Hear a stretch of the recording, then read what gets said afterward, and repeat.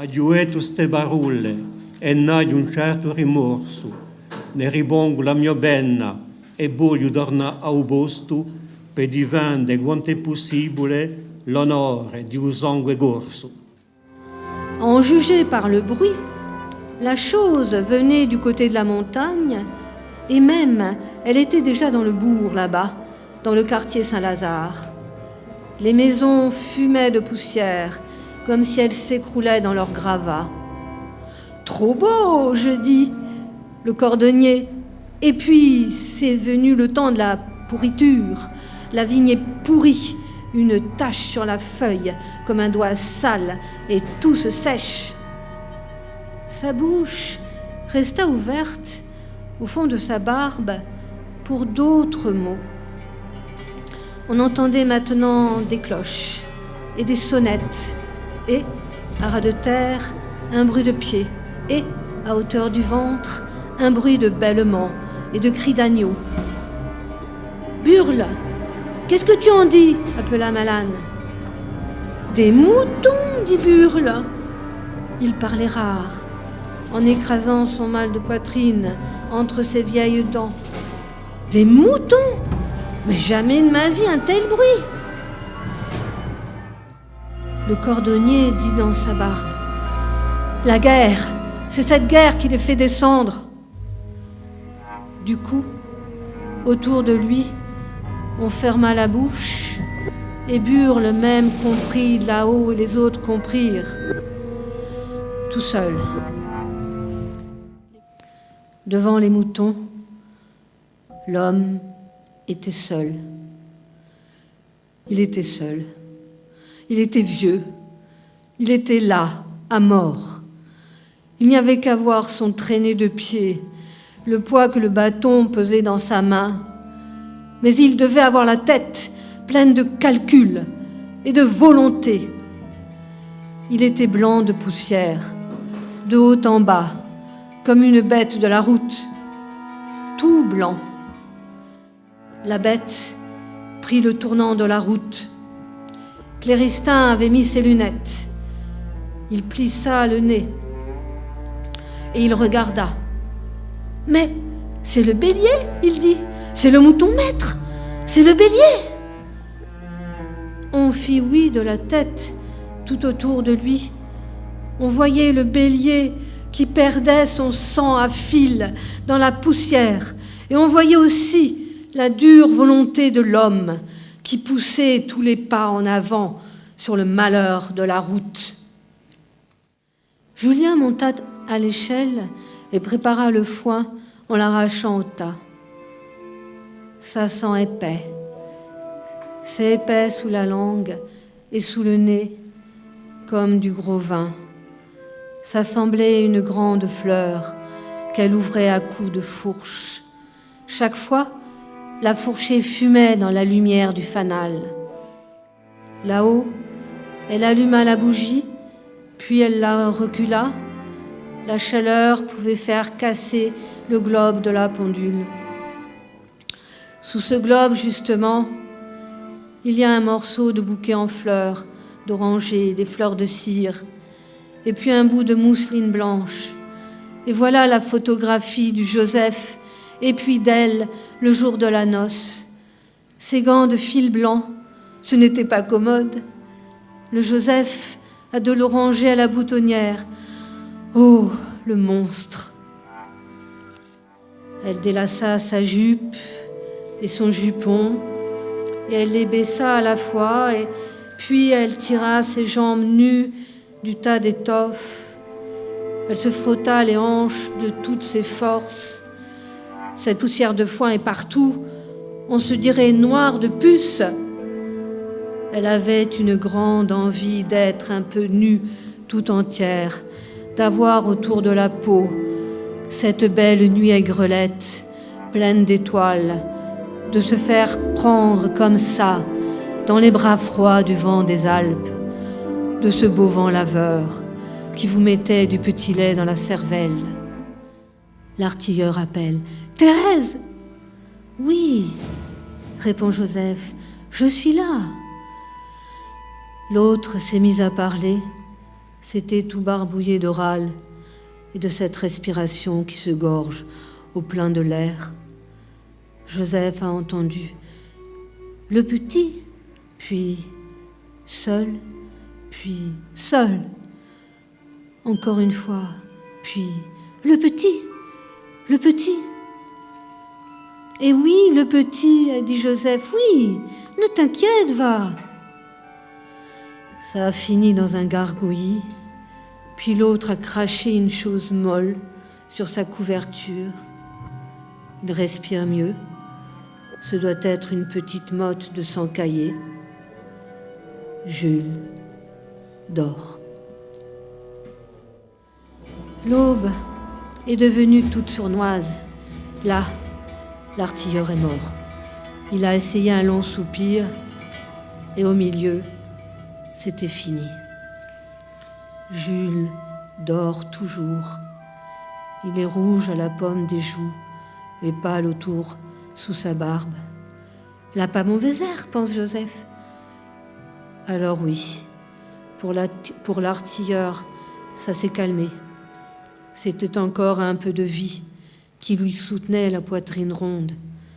Maintenant, ça fait le creux, comme un toit cassé. On entendait passer le silence, avec son petit crépitement électrique. Les morts avaient la figure dans la boue, ou bien ils émergeaient des trous, paisibles, les mains posées sur le rebord, la tête couchée sur le bras.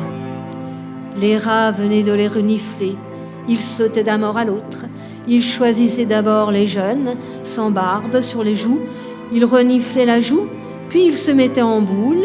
Ils commençaient à manger cette chair d'entre le nez et la bouche, puis le bord des lèvres, puis la pomme verte de la joue. De temps en temps, ils se passaient la patte dans les moustaches pour se faire propre.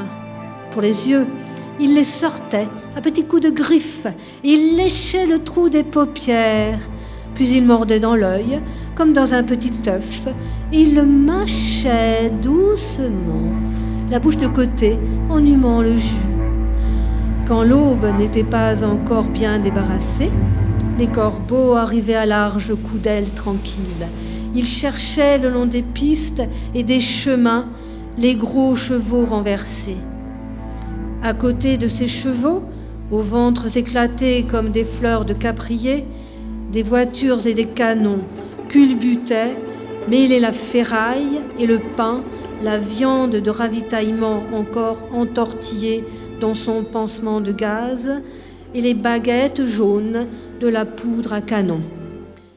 Les morts bougeaient, les nerfs se tendaient dans la raideur des chairs pourries, et un bras se levait lentement dans l'aube. Il restait là, dressant vers le ciel, sa main noire tout épanouie. Les ventres trop gonflés éclataient, et l'homme se tordait dans la terre, tremblant de toutes ses ficelles relâchées. Il reprenait une parcelle de vie, il ondulait des épaules, comme dans sa marche d'avant. Il ondulait des épaules, comme à son habitude d'avant, quand sa femme le reconnaissait au milieu des autres, à sa façon de marcher. Et les rats s'en allaient de lui, mais ça n'était plus son esprit de vie qui faisait onduler ses épaules, seulement la mécanique de la mort, et au bout d'un peu, il retombait, immobile dans la boue. Alors, les rats revenaient. Le foin déjà, cette odeur de foin à l'étable, cette odeur de fumier, cette odeur des bêtes qui travaillent, qui suent, qui vivent, cette odeur d'elle-même, l'odeur de sa peau, de ses cheveux, déjà tout ça sur elle, à la travailler, à la pétrir, à la préparer comme une pâte qui attend le levain. Et puis, les bruits maintenant, ces appels d'hommes là-bas, dans les fonds de champs, ces vieux hommes, et soudain, il semble que ce sont des jeunes. Tout, et plus de remède. Pas même ce travail qui tue les nerfs, pas même cette lourde fatigue videuse de tête. Quand elle est là, cette fatigue, maintenant, quand on la sent peser dans le haut des cuisses, ah, Dieu, comment se détendre. Et qu'est-ce qu'on veut dominer? Et de quoi on peut être maître avec seulement de la chair de femme? On ne peut même pas renverser un garçon dans la paille sans perdre le sens. Pas même ce soleil-là. Ah, mets ton pied là sur mon cou, écrase-moi, pèse sur mon cou avec ton pied, que tout ce qui est dans mon corps ne remonte plus dans ma tête. Madeleine est revenue à la chambre et elle a bien fermé la porte. Elle a retiré ce qu'elle avait caché sous les draps. C'était la ceinture de la laine rouge, la chose d'Olivier. Elle la regarde un long moment, elle la touche, elle la caresse, elle relève sa chemise, elle s'enroule la ceinture autour du ventre à plusieurs tours. Elle rit en silence, tant c'est chaud, tant c'est doux, tant c'est Olivier. Julia regarde cet homme, blême et mou. Casimir a perdu cette rousseur des hommes du soleil. Il a les mains blanches et grasses, de ceux à qui on fait manger la soupe en leur laissant seulement la peine d'ouvrir la bouche et qui s'engraissent sur la chaise comme des sacs. Un beau laboureur, c'était avant. On s'en souvient, maigre et dur, comme une vieille fève. Le bélier s'avance et vient reconnaître l'enfant comme un agneau. Bélier, viens ici, souffle sur ce petit homme pour qu'il soit comme toi, un qui mène, un qui va devant, non pas un qui suit. Et maintenant à moi. Enfant, dit le berger, j'ai été pendant toute ma vie le chef des bêtes. Toi, mon petit, par la gracieuseté de ton père, je viens de te chercher au bord du troupeau, au moment où tu vas entrer dans le grand troupeau des hommes pour te faire les souhaits. Et d'abord, je te dis, voilà la nuit, voilà les arbres, voilà les bêtes. Tout à l'heure, tu verras le jour. Tu connais tout. Et moi, j'ajoute, si Dieu m'écoute, il te sera donné d'aimer lentement, lentement dans tous tes amours, comme un qui tient les bras de la charrue et qui va un peu plus profond chaque jour. Tu ne pleureras jamais la larme d'eau par les yeux, mais comme la vigne, par l'endroit que le sort aura aillé, et ça te fera de la vie sous les pieds, de la mousse sur la poitrine et de la santé tout autour. Tu feras ton chemin de la largeur de tes épaules. Il te sera donné la grande facilité de porter souvent le sac des autres, d'être au bord des routes comme une fontaine. Et tu aimeras les étoiles. Brave, dit sourdement le père. Il va prendre froid. Laisse, femme, laisse. Il faut que nous lui fassions voir tout de suite ce que c'est l'espérance. Le berger hausse l'enfant à bout de bras, au-dessus de sa tête. Le bélier ronronne vers l'horizon d'entre ses grandes cornes épanouies. Et comme sous ce ronflement d'amour, la nuit là-bas s'éclaire. Saint-Jean, Saint-Jean, crie Julia, regardez, l'étoile des bergers monte dans la nuit. Rares sont les familles qui n'ont pas été affectées par la Grande Guerre. Ce spectacle est dédié à mon arrière-grand-père, Pierre-Paul Aléry, né le 3 décembre 1879 à Sartène, en Corse. Il a été mobilisé le 3 août 1914 à l'âge de 35 ans, alors qu'il était marié et père de 4 enfants. Il a intégré le 116e régiment d'infanterie territoriale. Il est revenu bras et jambes gelés. Il est décédé en 1967. Il repose au cimetière de Pietradiverne en Corse. Ingandata nostra viola, senza conoscere l'uso va, di un ritratto nantula gumoa, un sinepo a ricordare. Si tu vuoi un santo estino, per li do violo Gesù, a denuda di banu d'orchino, fa che non si vega mai più. Ho ritrato l'anto la muraglia e una vera calamità. Stringo cuore come a danaia di quella che non si può scordare. Così dice vecchia Maria quando ella si mette a pensare al soldato d'infanteria inquadrato tant'anni fa.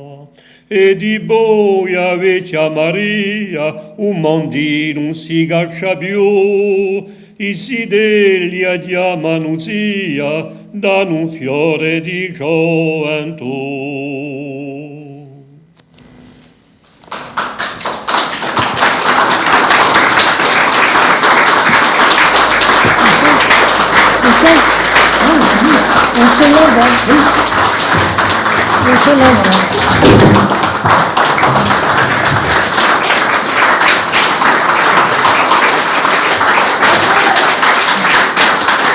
Grazie.